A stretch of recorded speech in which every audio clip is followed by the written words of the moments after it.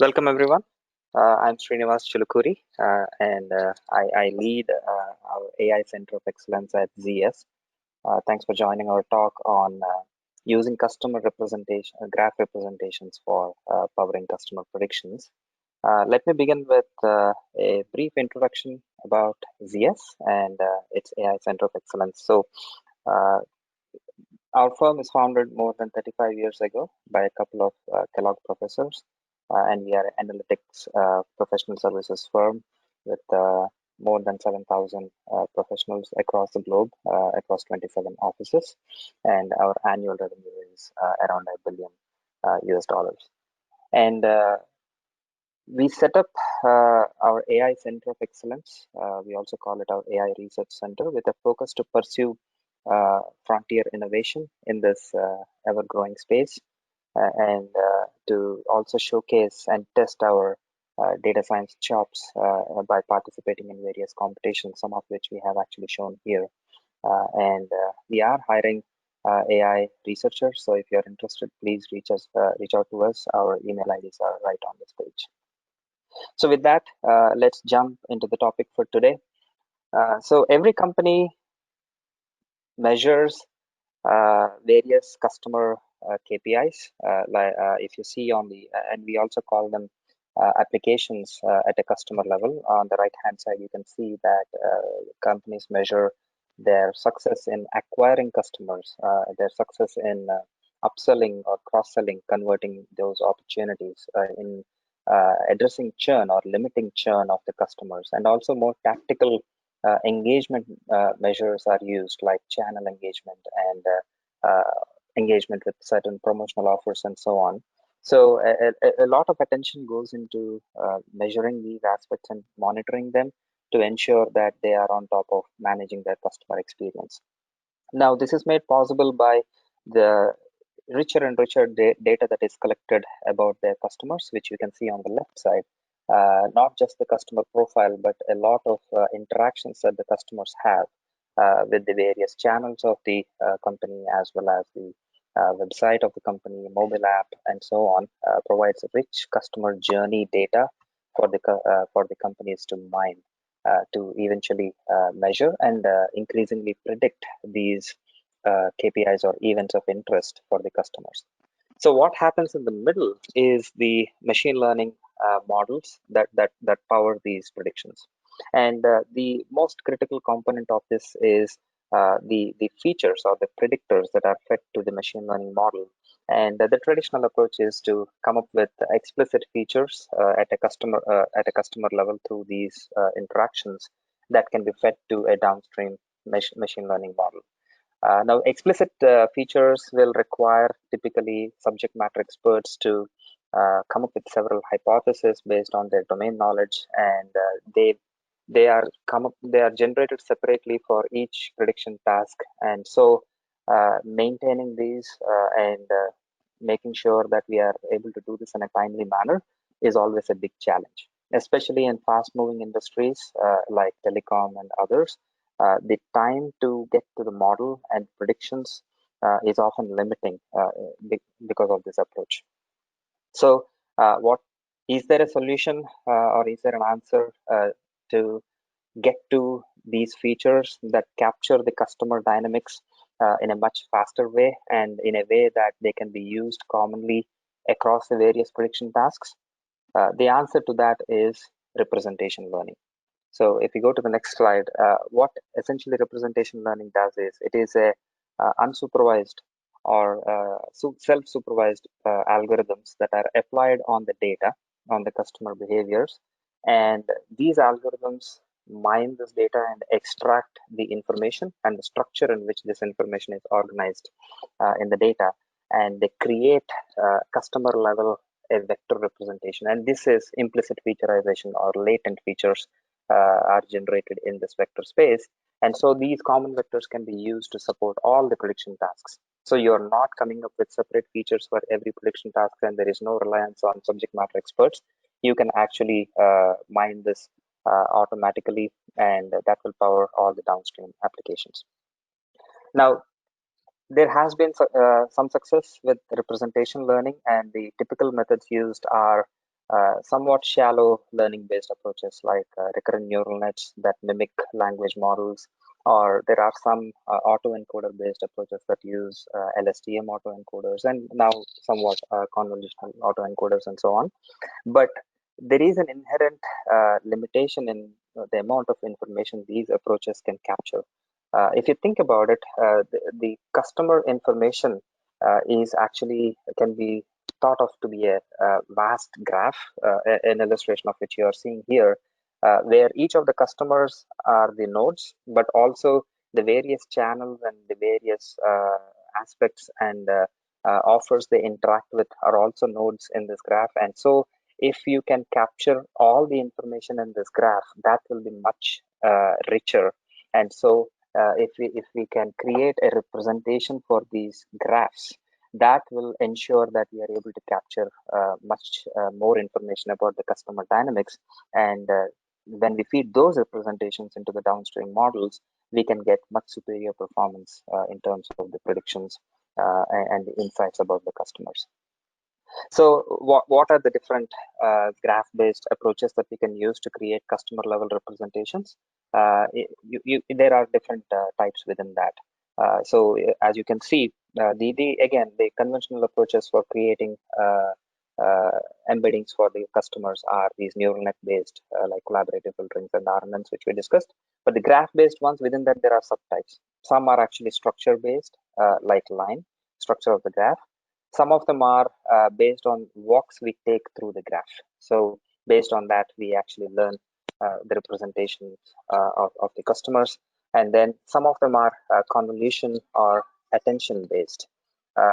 And we have run our research across several of these different algorithms, and we found that for the specific customer based embeddings creation, we found that this walk based metapath to vec is the most suited to handle the different nuances that we see in the data. And even within that, we saw that there is a need to extend it by incorporating the temporal component and also by making some tweaks to its implementation so that it can scale and be more efficient for typically the volume of data that we have to deal with, which is in millions of customers in some cases. That leads to billions of records and large volumes of data. So with that, we have created an extension of this metapath to vec algorithm that we are calling time-aware heterogeneous network embeddings, DHNE. And we would like to show you how we have actually implemented this algorithm, the intuition behind why this, how this algorithm works, and why this should give better customer representation, as well as we have applied this on some customer-related predictions across different industries. So we would like to walk you through a couple of case studies on how we have used this and what kind of performance we have seen. So with that, I'll hand over to my colleague, Kapil, who can walk you through the intuition and then the case studies. Thank you, Srinivas. Hi, everyone. This is Kapil. I'm an associate partner at ZS, and I work with Srini on our AI Center of Excellence and led this particular research. The key intuition behind DHNE and essentially also behind metapath to vec is that the customer interactions with different channels or different types of sales transactions can be seen as a graph, as Srini mentioned. And if you look at that graph, this is a heterogeneous graph where you have nodes of different types, and each node or the different relationships between nodes also encode different type of information.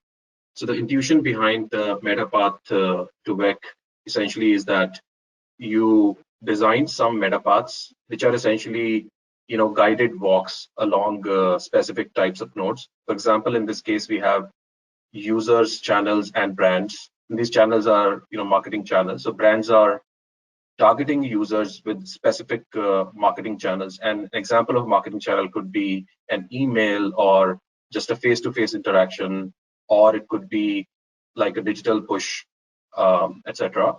So if two users are being targeted by the same brand through same channel or different channels, those users should be somewhat similar in the latent space. So that's like one intuition behind, for example, this.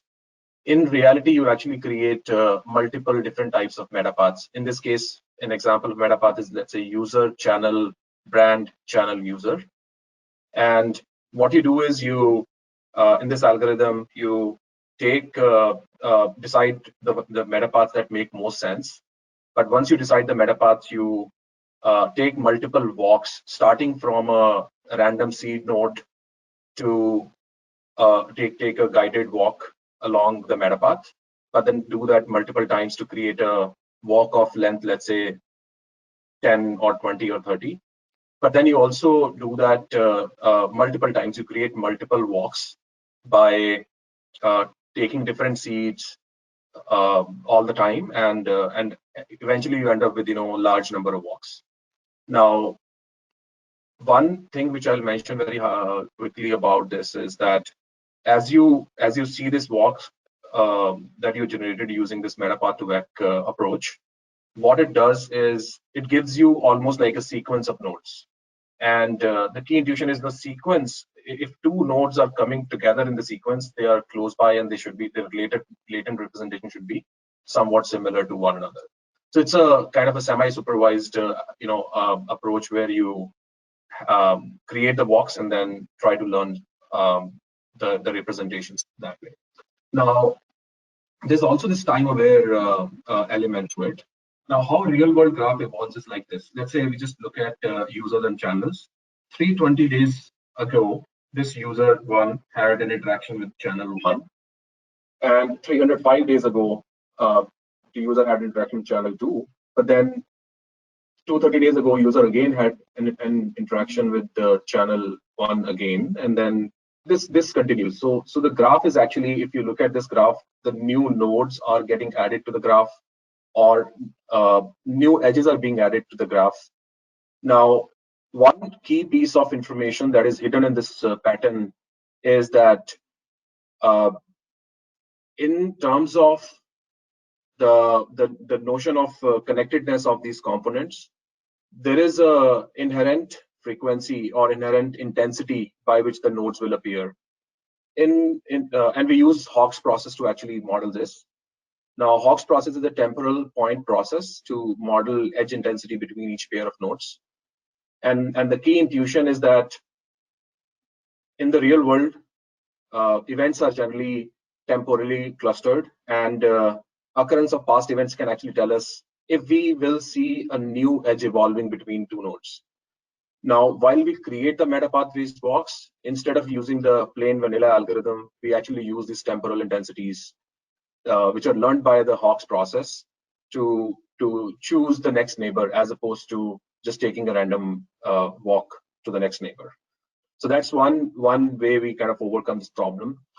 At a high level, so I'll talk about a case study in a little bit more detail from a healthcare domain, where what we did was we used two types of datasets for customer. One was an in-house dataset that we have, which contains marketing touchpoint data for pretty much most of the doctors in the US, with many different pharmaceutical brands across multiple types of marketing channels, such as emails or live rep visits or remote calls, etc. Now, we also used a patient-level administrative claims data, which had information about the prescriptions or the procedures or diagnosis or medical claims that that were associated with the patient and the doctor. And we use these two datasets to test this algorithm. Now, again, just to quickly revise, we start with the modeling the edge intensities between all different types of nodes using the Hawk's temporal point process. Then we generate the metapath walks by using these edge intensities as weights. And eventually, we create these walks for multiple different types of metapaths that try to capture slightly different intuition. And eventually, once we have these walks, we do a skipgram training to learn the learn the embedding for different doctors and different nodes. Eventually, after we train, we evaluate that all of this on three problems, and these are particularly hard problems for existing methods, and we'll talk about these in a minute. But one of the problems was channel affinity prediction, where the hypothesis is that each doctor has some preference for how they want to engage with different brands. So can we actually predict what is their preference? Second is an email open prediction, where if a specific email is sent to the doctor, what are the chances that they will actually open it? And this can be used for figuring out the right content for the email, or also figuring out which doctors do we really need to send this email to. And then the third problem was the early adopter prediction. In many situations, you have when pharmaceutical brands are preparing for their launch, they need to understand who to target, and most of the current state of the art is actually using a lot of business rules and expert-driven guidance on which kind of doctors may actually adopt this drug better, and also guided by some market research. You sample 300, 400 doctors and try to understand, what is the profile of the doctors that seems to be more interested in a specific drug. So yeah, this is the state of the art today. But then let's talk about how the algorithm, this customer to graph DDNE algorithm, works on these problems. So on the left, what you see is a channel affinity prediction problem, where we are trying to predict the affinity of each doctor for each channel. And there are 6 channels that you see here: digital push, which is essentially your emails and SMS or text marketing, etc. Then you have digital pull, which is things that the doctor is pulling by going to your web page, etc. And then direct mail, peer-to-peer interaction, a live rep visit, or a remote rep call. Now, across all the different channels, as well as at an overall level, we saw a reduction of about 2 to 3%, sometimes a little bit more in specific channels. And this 3 to 4% reduction is actually pretty significant, given this is generally a very, very hard problem. There's a lot of missingness. We don't have complete information about doctors and all their interactions with all the channels. So there's a lot of missingness in the data, and ability to predict this well is amazing. The second problem we solved was, as I mentioned earlier, is email open prediction. And here we used AU ROC to measure the performance. The current state of the art here had an AU ROC of about 62%, while a model that was trained by using the embeddings learned from the customer to graph actually did much better, and we gained about 20 percentage points on AU ROC.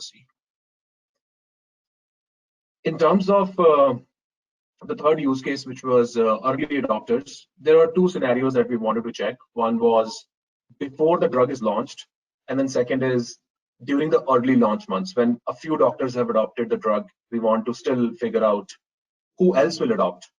So essentially the setup is like the drug launches in month 0, and then we train a model by using any data which was available before even the launch of the drug for other brands. So typically, so in this case, what we did was we used the HTTP embedding vectors, and then the only other feature we used was manufacturer loyalty, which is past 6 months of prescription for other brands that the manufacturer had for the doctor. And then the label was previously launched drugs that were recently launched in the last 2-3 years. And any doctor who adopted the drug within the first 6 months of launch, we treat that as a positive label for this model. In the early launch, everything else remains the same, except that the doctors who have now adopted the new drug after its launch, we treat them also as positive labels, apart from whatever we had earlier. Now we train, this data generally is available to pharma companies every month. So we trained a model at a monthly cadence. And for testing purposes, we look for the actual adoption in the 4 months subsequent the prediction is made. Now, this is the performance that we saw from the model. We got an AU ROC. So this is for the pre-launch model. We got an AU ROC of about 72%. And the existing state-of-the-art method, as I mentioned earlier, is a business rule-based, expert-driven, features-based approach. And it takes quite a bit of time. It takes, in general, 6 to 8 weeks for a pharma company to really nail down these business rules and all.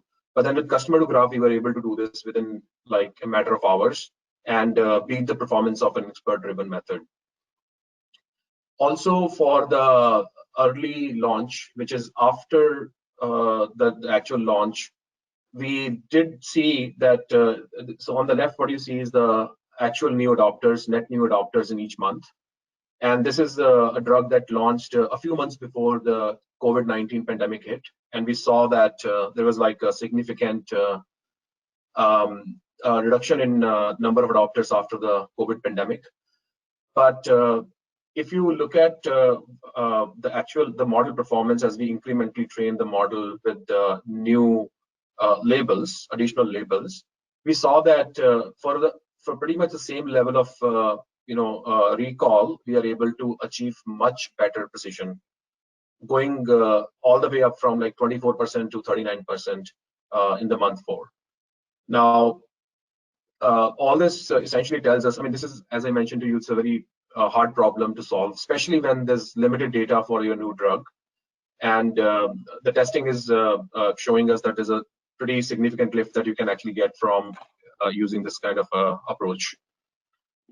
We also tested the performance of the DDNE algorithm on other datasets. So we did test it on multiple datasets. I'm going to talk about 2 specifically. One is the online retail 2 dataset, which is available on the UCI repository of machine learning datasets, and then also the e-commerce dataset, which comes from Amazon. Now, in these cases, we actually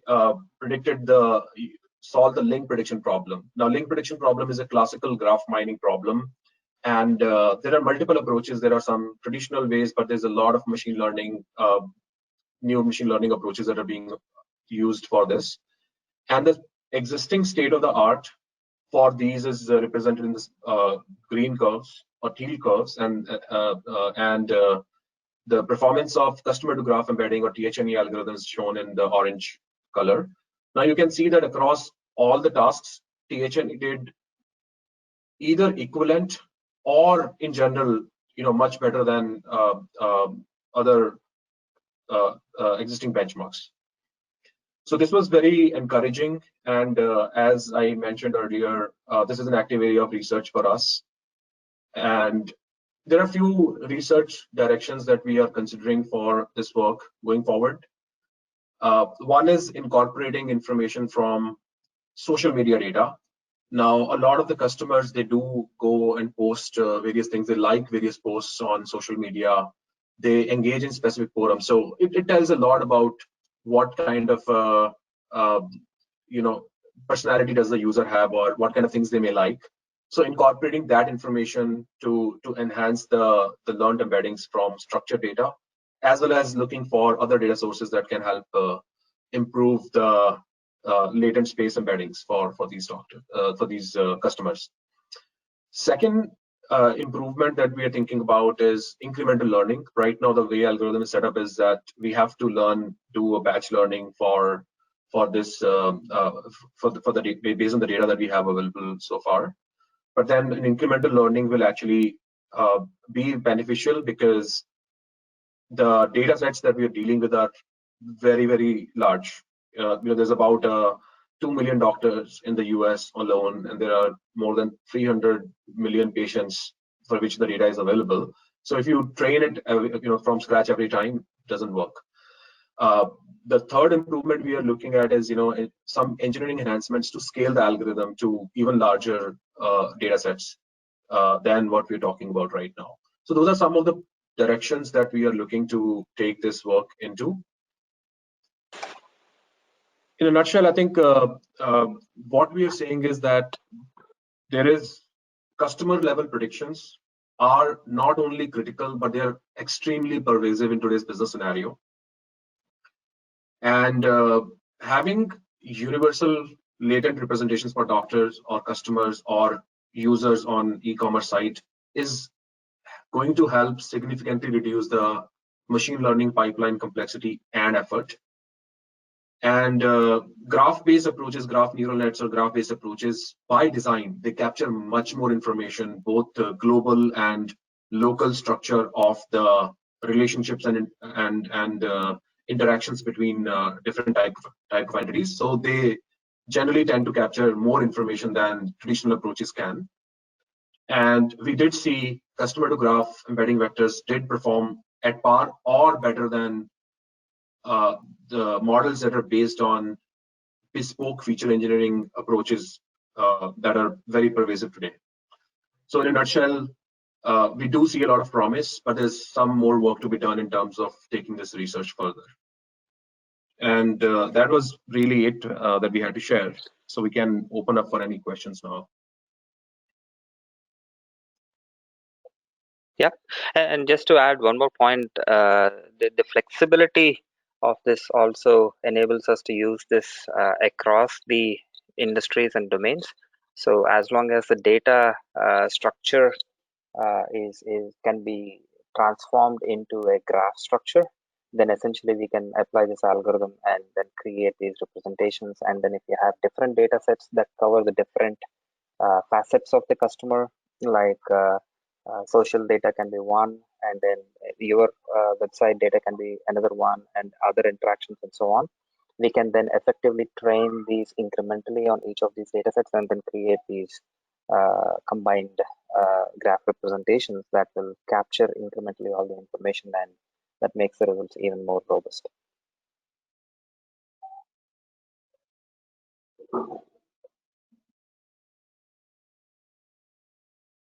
Looks like we have some questions coming in on the Slack channel.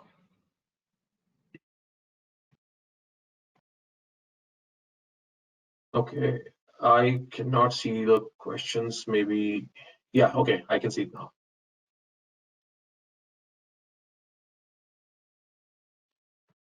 Yeah, so there's a question around, can we talk more about what the latent layers represent? Now, this is also something that we are working on right now in terms of understanding the explicit, is there a relationship of different dimensions of the embeddings that we are getting with some latent featurizations. But essentially, there is since we are using a skipgram model, like we don't have a very deep network. It's a very shallow network, and essentially the layers are representing the similarity of two nodes, how close they are in terms of their structure, overall structure in the graph. So that's what the latent layers are trying to capture.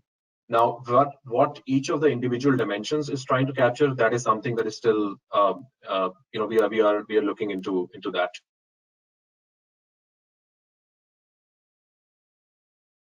Yeah. So there's another question that. Sorry, one more thing to add to that is, and we need to do some more comprehensive exploration into it. But what we have seen is, at least for some of the critical metrics that are already being measured, we actually regress those metrics against these representations, and we try to see what is the relative contribution of these features, and that also gives us a sense of, oh, these specific vectors dimensions seem to be capturing the digital friendliness, digital channel friendliness, and these aspects are capturing the intensity of activity this customer has.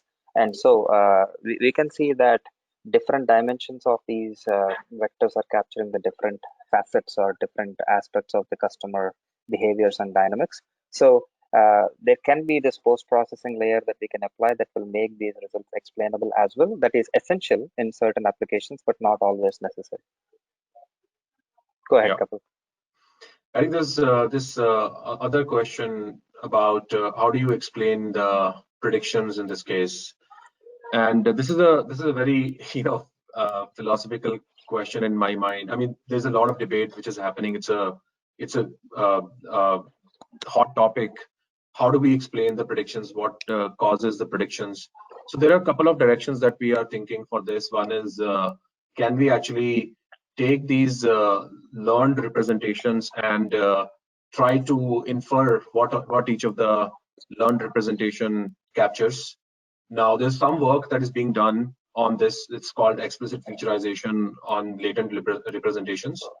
So we are looking into, is there a way to interpret these features? But then the reality of, there's another school of thought, which is in most cases, the data itself is very complex. It's very non-linear, right? If your data is non-linear, there's no way to capture the relationship or represent or build a model that can actually somehow make it linear in some dimension to make it more interpretable or easy to understand. But then with any latent representation based approach, explainability does become a little bit of a problem. So, and this is something which is very common to, as I mentioned, like everything that is representation learning oriented. But yeah, maybe future directions will be something like, you know, explicit featurization to understand the dimensions.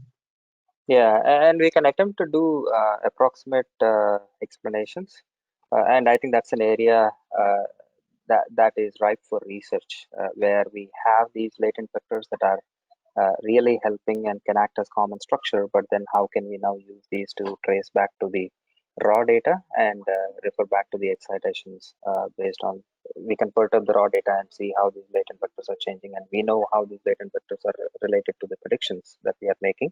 So, but there is no existing research that does this. What we do currently is like I mentioned, where we try to come up with specific ways to visualize or try to change the raw data and then see how the predictions are changing, and then conclude what the latent representations are being learned and what the dynamic is. It is still manual and cumbersome, but still this is more of a one-time understanding. Once the model is developed and rolled out, you don't need this typically on an ongoing basis. And it is also mentioned that Bayesian networks can be more interpretable, etc. Yes, they are, but it is also important to note that in those cases we have to explicitly define the whole structure. Now, if we knew all the dynamics that are happening, then it's a good problem. That is, however, suitable only when I have less number of observations and my feature space is also limited. So I know everything. I have the information that can be fit in a structure that I can define. Whereas if you look at these applications at a customer level, there can be 2,000 fields and in the data, and so much variance and so much heterogeneity in the kind of information. And if there is also some form is coming in text, some form is coming in through clickstream from website and so on. I think it takes a different approach, and it has to be this kind of implicit featurization based approach. We cannot scale something like a Bayesian network to handle that much volume of data, and particularly not for discovery. There's a question around how is this different from Deepwalk. So there are many fundamental differences. I think Deepwalk, does essentially do random walks in the neighborhood. So it's more like, exploring the neighborhood, but in a random manner. It doesn't, and it's also, Deepwalk was not originally designed to work with heterogeneous graphs. And across multiple research papers and publications, it's been shown that Deepwalk does it does not do as well on heterogeneous graphs. And more specifically, I'll say that Deepwalk was not designed to work with multi-graphs.